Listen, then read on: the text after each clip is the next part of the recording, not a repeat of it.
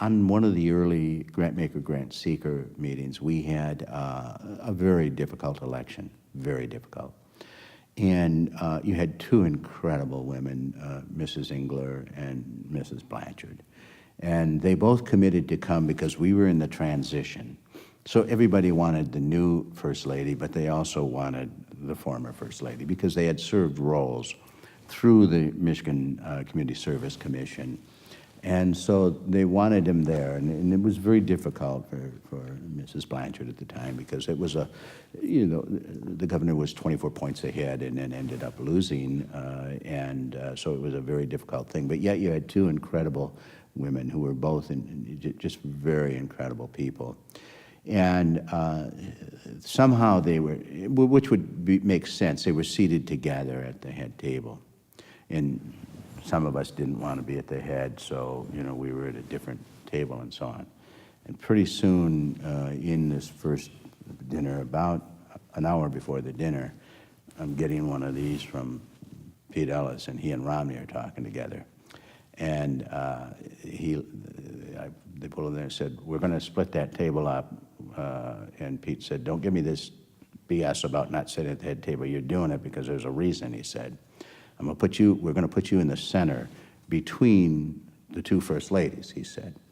And then George Romney came in and said, "Now, John," he said, "if anybody comes up and tries to embarrass him or asks a stupid question, I'm holding you responsible." And I'm thinking, Governor Romney, how can I control what people say?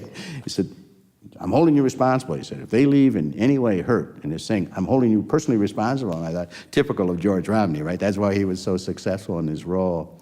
And I thought about that afterwards, and I'm sitting there. It wasn't a fun evening for me. I'm nervous as can be, and people are coming up, and I'm listening to make sure nobody, and I'm interpreting between the two because I know both of them, going back and forth, and so on, which had to be a very difficult thing for both of them, not just Michelle, but also it's for both of them, and so on. And I thought about that afterwards, and I thought, here's a man at a national stature in George Romney, known throughout the world, let alone the United States, so concerned, and Pete Ellis, so concerned about the feelings of two incredible women that they made it very clear that, I'm to sit there, and George Romney made it very clear to me, if they're hurt or embarrassed, I'm holding you personally responsible.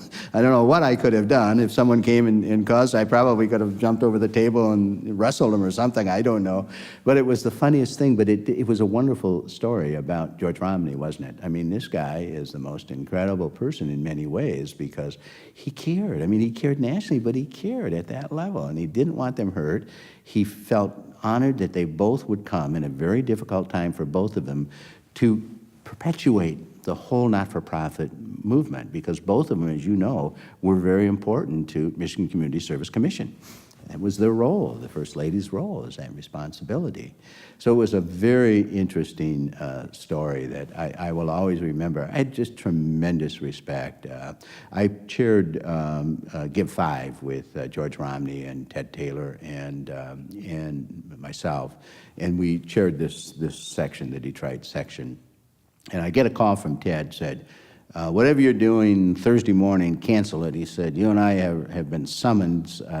He said, "We're going to Romney's house and we're having breakfast." So I said, "No problem." "Yes, sir." And so he comes by and picks me up. We drive over there, and there's Ted and myself, and George. Lenore's in her room doing her thing, says hello and so on. And pretty soon, George gets up, he's got an apron on, he starts cooking us breakfast. And so Ted and I are looking at each other. I thought for sure they'd have it catered or something and so on. I mean, here's this incredible man, and he's actually cooking us breakfast. So Ted and I are, and Ted said, I normally don't eat a big breakfast, but I damn well was going to today, and so on. Those are the kind of people we're dealing with. I mean, it's just incredible people. It really is.